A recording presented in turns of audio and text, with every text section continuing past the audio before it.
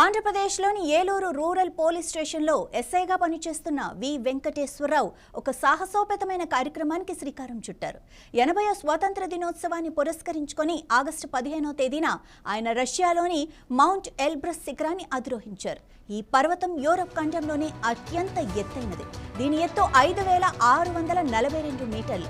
వెంకటేశ్వరరావు శిఖరాగ్రంపైకి చేరుకొని 100 మీటర్ల పొడవైన భారత త్రివర్ణ పతాకాన్ని రెపరెపలాడించారు. అక్కడ ఆయన జాతీయ గీతాన్ని ఆలపించి తన దేశ భక్తిని చాటుకున్నారు.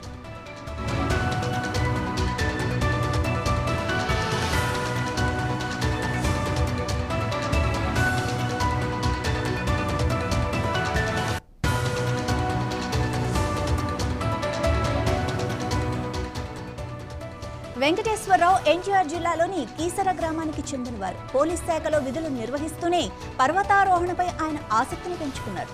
తన ఈ ఘనతను విధి నిర్వహణలో ప్రాణాలు కోల్పోయిన పోలీస్ అమరవీరులకు అంకితం చేశారు. తన తదుపరి లక్ష్యం మౌంట్ ఎవరెస్ట్ను అధిరోహించడమే అని స్పష్టం చేశారు.